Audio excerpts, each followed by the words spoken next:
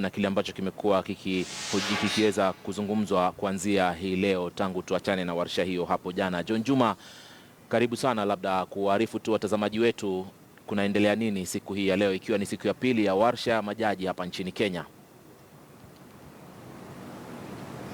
Asante sana Ali Manzo. Mada ni tele ambazo zinajadiliwa na majaji katika warsha hii hapa mjini Mombasa. Na leo mada ambayo wameangazia sana ni mada kuhusiana na utayari wa idara ya mahakama katika kushughulikia kesi zinazofungamana na uchaguzi.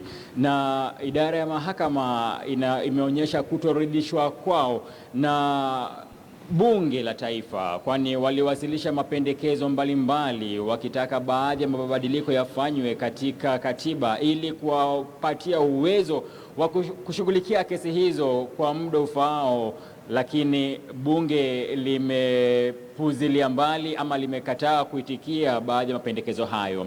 Mmoja wapo ya mapendekezo ya majaji ni kwamba muda wa kushughulikia kesi inayopinga matokeo ya urais, basi muda huo uongezwe toka siku 14 hadi siku 30, lakini hilo halijakubaliwa na wanasema basi inawapatia muda mfupi sana kushughulikia kesi kama hiyo, ila hali ni kesi nzito ambayo inahitaji muda mrefu.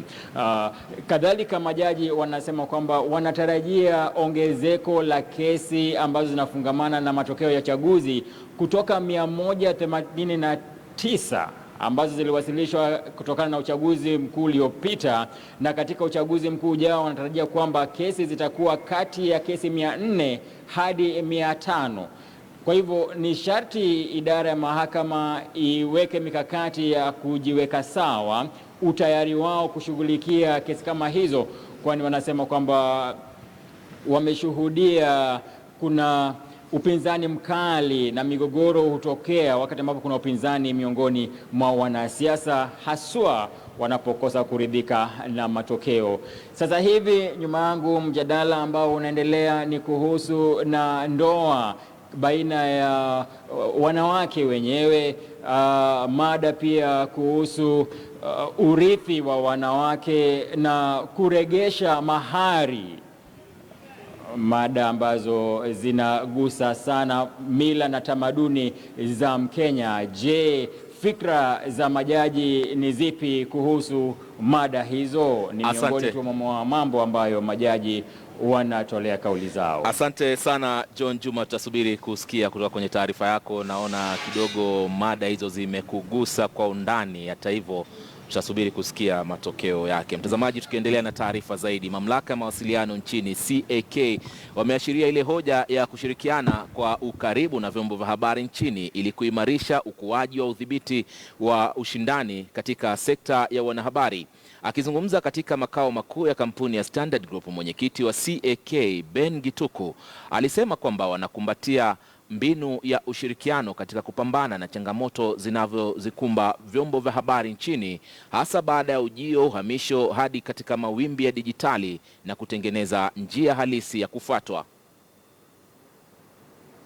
After what was supposedly a difficult migration process, digital migration has become a brilliant success for this country, for Kenya.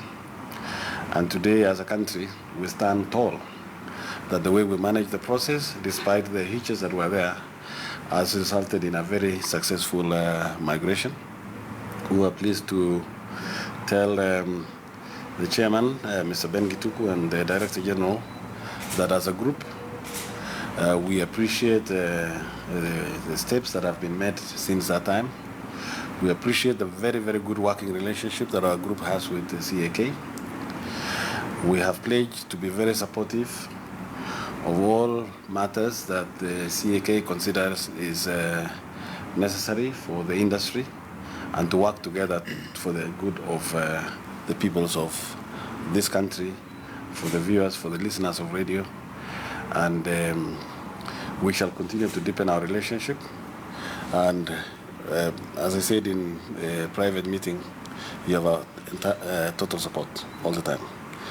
We have actually visited quite a number of other media houses, and we will continue to do so.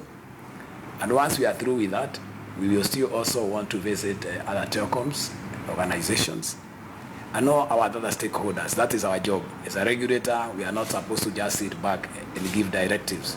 We are supposed to consult very regularly to ensure that you are getting benefits of our regulations. We are facilitators. We are supposed to facilitate you to do better. If the media industry does not survive, then we are part of the blame. We become part of the blame because we must provide regulations that are going to help the media industry flourish and grow. And I'm happy to note that the Standard has done very well from what we have had a discussion earlier this morning. And it is our wish that you continue to do well. We believe that first, leave alone the aspect of competition, the OTTs can also be a very good avenue for cyber criminal activities, that can arise out of the net.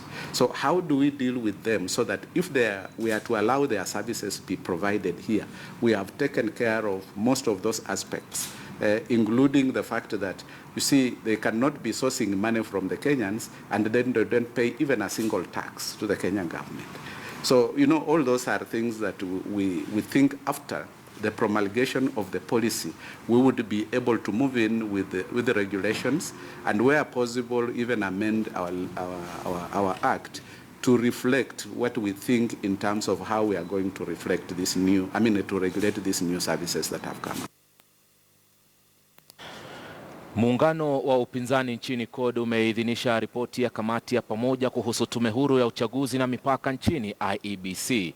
Wakati wa kongamano la muungano huo, wajumbe walifika pamoja kupuuzilia mbali yale madai kwamba CORD ilichezwa shere kumradhi na wenzao kutoka Jubilee kwenye kamati ya pamoja. Kinara mwenza Raila Odinga amewataka wabunge kuidhinisha ripoti hiyo na miswada kuhusu tume ya uchaguzi IEBC pasi na kurekebishwa itakapowasilishwa bungeni hapo kesho. Hoja ambayo ilioana na yale ya vinara wenza kina Kalonzo Musyoka na Moses Wetangula. Kongamano hilo lilitoa fursa kwa wawakilishi wa CORD kwenye kamati ya pamoja kuwakabidhi vinara wao ripoti ya kamati hiyo rasmi.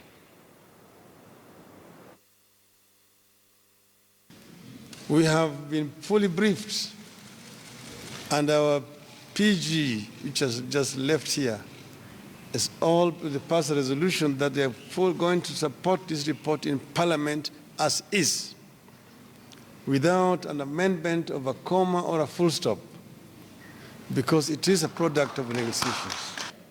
We do not expect any gerrymandering with this process. Having understood it fully and appreciated the content, hereby signify and pronounce my total and unequivocal support of the outcome of the mediated process on the reform of the IEBC and the electoral infrastructure in the country.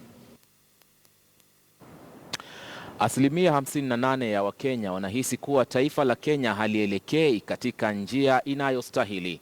Kulingana na matokeo ya utafiti wa Infotrack kwa ushirikiano na KPTJ na Africog, asilimia 55 ya Wakenya wanailaumu serikali ya Jubilee kwa mwelekeo mbaya wa taifa.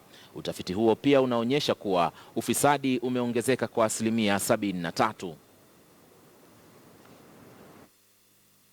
Almost 80% of those in Nairobi feel the country is headed in the wrong direction. Another 70% feel that the country is headed in the wrong direction in Nyanza. Where else is it high? We see Coast is 61%, but even in Central we have 51% and Rift Valley we have 52%. It's really only in Eastern where we have only 41% feeling the country is headed in the wrong direction, and another 47% more people feeling that the country is headed in the right direction. 55%, which is a majority, feel that the government is responsible for the direction that the country is taking. So when we say Majority of Kenyans feel the government is responsible for that. Another 20%, like you, feel that everybody is responsible for the direction the country is taking.